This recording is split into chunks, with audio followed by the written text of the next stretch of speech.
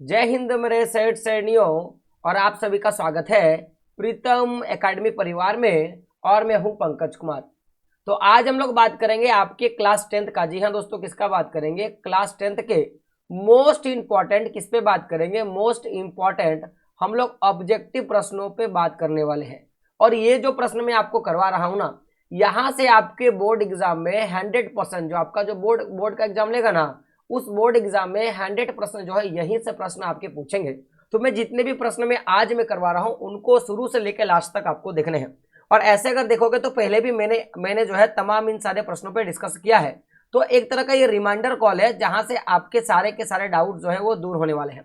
तो बात करेंगे दोस्तों पहले प्रश्न पे। तो प्रश्न क्या है कि 1804 ईस्वी की नेपोलियन संहिता ने फ्रांस में सुधार के लिए क्या क्या कदम उठाया है? तो आपको पता होगा ये जो 1804 का जो नेपोलियन संहिता है, जिसे नागरिक संहिता के भी नाम से जाना जाता है, तो इसमें क्या क्या कदम उठाए? आपके ऑप्शन क्या?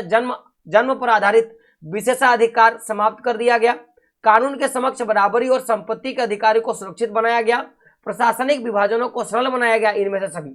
तो देखिए, जब नेपोलियन ने नागरिक संहिता यानी कि 1804 में जो आपकी नेपोलियन संहिता या नेपोलियन कोड की जो स्थापना किया, इसमें इन्होंने इन तीनों बातों पे ध्यान दिया था। पहला क्या? जन्म पर आधारित जो भी विशेषाधिकार है उनको समाप्त कर दिया गया, कानून के समक्ष बराबरी और संपत्ति के अधिकार को सुरक्षित किया, और प्रशासनिक विभाजनों को क्या क्या सरल बनाने का जो है काम आपका किया है। अगला प्रश्न है आपका, साइमन कमीशन भारत क्यों आया था? तो देखिए, कल का जो हम लोग शंखनाद वाला जो मैराथन वाला वीडियो लिए थे ना, उस पर मैंने आपको ये बताया था कि ये जो साइमन कमीशन है ये भारत कब आया था, इसके बारे में, भारत कब आया था इसके बारे में हम लोगों ने डिस्कस किया। तो एक बार आप क्या करो कि कमेंट बॉक्स में मुझे बता दो कि साइमन कमीशन भारत कब आया था, वो डेट मुझे बता दो। लेकिन मैंने उसमें ये भी बताया था कि आखिर वो क्यों आया था।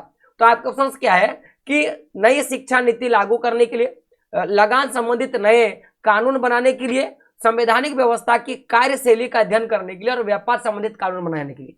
तो साइमन कमीशन जो है वो भारत जब आया ना, तो उसने क्या किया, संवैधानिक व्यवस्था की जो कार्यशैली है ना, कि किस प्रकार से संविधान बनाया जाएगा, उसकी क्या देख रेख रहेगी, इस पर बात करने के लिए उन्होंने जो है पूरा का पूरा पांच लोगों का एक जो है पूरा का पूरा टीम भेजा था। आपको ये बात याद रखना है।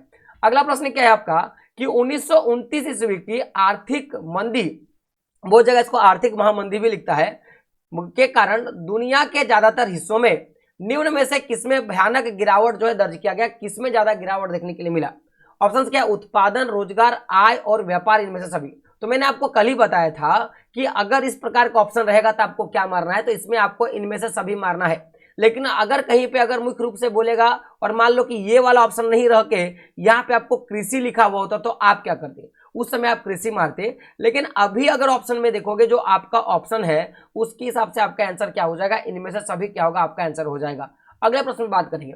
प्रश्न संख्या आपका 4 क्या है कि 19वीं शताब्दी के दौरान ब्रिटेन में सर्वाधिक गतिशील उद्योग कौन कौन से थे? यानी सबसे ज्यादा जो कारगर या ज्यादातर पैसा कमाए जाने वाला जो उद्योग था वो कौन सा था?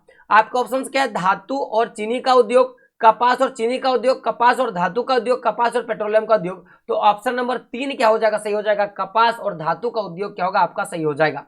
अगले प्रश्न में बात करेंगे। प्रश्न 5 नंबर का कि संसाधनों के अंधाधुंध प्रयोग से किस प्रकार का वैश्विक पारिस्थितिकी संकट पैदा हो गया है?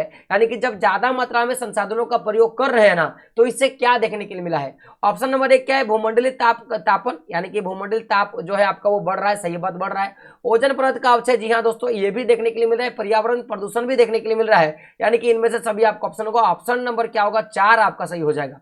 अगला प्रश्न क्या आपका कि वन और वन्य प्राणियों के संरक्षण के लिए किस प्रकार के वनों को सर्वाधिक मूल्यवान माना जाता है? किस प्रकार के वन को सबसे अच्छा माना जाता है?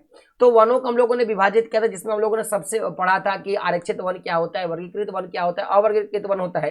तो जो वन और वन प्राणियों के लिए जो संरक्षण की जो सबसे ज्यादा मूल्यवान जो माना जाता है वो क्या होता है? आपका आरक्षित वनों को माना जाता है। यानी कि ऑप्शन नंबर 2 क्या होगा? आपका सही हो जाएगा। अगला प्रश्न 7 नंबर का कि वन ऊर्जा और सौर ऊर्जा संसाधनों की बहुतायत, यानी कि बोलेंगे अधिक मात्रा। क्या बोलेंगे? आपका बहुतायत का मतलब क्या होगा? अधिक मात्रा। अधिक मात्रा मात्रा भारत के किस राज्य में अधिक पाया जाएगा, यानी कि कौन सा राज्य है जहां पे पवन ऊर्जा का और साथ ही साथ जो आपका सौर ऊर्जा है वो ज्यादा मात्रा में जहां से उत्पादन कर सकते हो। ऑप्शन क्या, उत्तर प्रदेश, झारखंड, राजस्थान और मध्य प्रदेश। तो आंसर आपका क्या होगा, झारखंड, सॉरी राजस्थान। क्या होगा, राजस्थान, यानी कि राजस्थान में सबसे ज्यादा क्या कर सकते हैं हम लोग, पवन ऊर्जा और सौर ऊर्जा का जो है अपार संभावनाएं हो सकता है।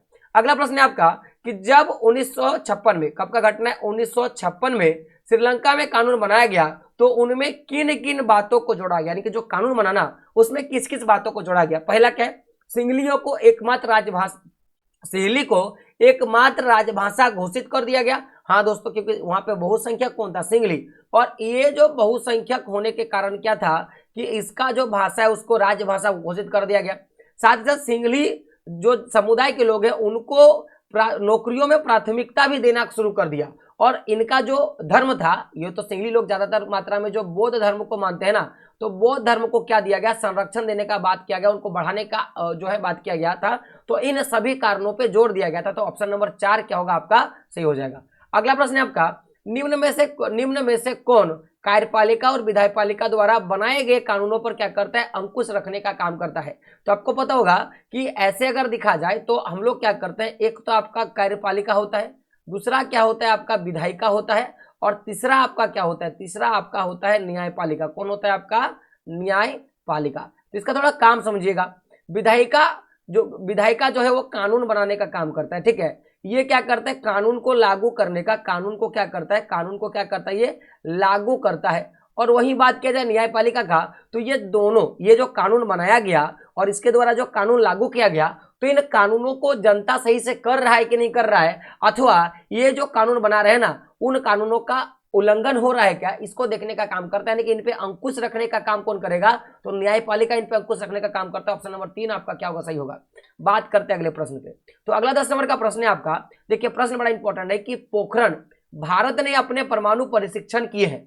तो पूछेगा कि भारत ने अपना परमाणु परीक्षण कहाँ किया है, तो पोखरण में किया है ना। वह भारत के किस राज्य में है, पहला पूछेगा वो भारत के किस राज्य में है, और दूसरा प्रश्न पूछेगा यह परीक्षण कब हुआ। तो गौर कीजिएगा, पोखरण जो है, मैं सीधा आपको बता दूं, ये जो पोखरण है वो आपका कहाँ पे, राजस्थान में। कहाँ पे आपका, राजस्थान में है, याद रखिएगा। और ये जो हुआ था ना, ये कब हुआ था, अगर मैं बात करूंगा परीक्षण का, तो ये 1998 में ये परीक्षण हुआ था।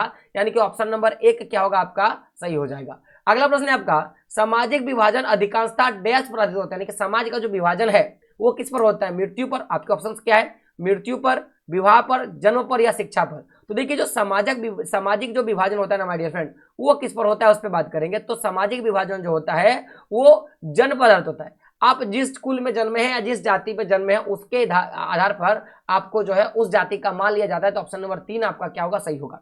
अगला प्रश्न है आपका, निम्नांकित में से किस राज्य में शिशु मृत्यु दर सबसे क्या है, न्यूनतम है, कहां पे सबसे ज्यादा शिशु मृत्यु दर है। अब ये शिशु मृत्यु दर होता क्या है, तो याद रखिएगा 1 साल के भीतर क्या होगा आपका, 1 साल के भीतर जन्मे, ठीक है, जन्मे 1000 बच्चों में से, 1000 बच्चों में से जीवित बच्चों का अनुपात, जीवित बच्चों का जो अनुपात होता है ना, वही क्या कहलाता है आपका, बच्चों का जो है आपका अनुपात, यहाँ पे मैं लिख देता हूँ अनुपात, वही आपका क्या कहलाता है, शिशु मृत्यु दर कहलाता है। तो जो भी मैंने 12 क्वेश्चन मैंने करवाए सारे के सारे इंपॉर्टेंट है, एक बार इसको आपको कर लेना। और साथ ही साथ बताएंगे कि अगर आपको इसका पीडीएफ चाहिए, क्या चाहिए इसका, अगर आपको पीडीएफ चाहिए तो डिस्क्रिप्शन बॉक्स में हमारा टेलीग्राम का जो है आपका लिंक दिया हुआ है वहां पे, और जो हमारा व्हाट्सएप ग्रुप का लिंक दिया उसको एक बार जरूर ज्वाइन हो जाइएगा, क्योंकि वहां आपको जो है इसका लिंक आपको देखने के लिए मिलेगा। दोस्तों मिलते हैं अगले वीडियो में, तब तक के लिए जय हिंद, जय भारत और आपका दिन शुभ हो।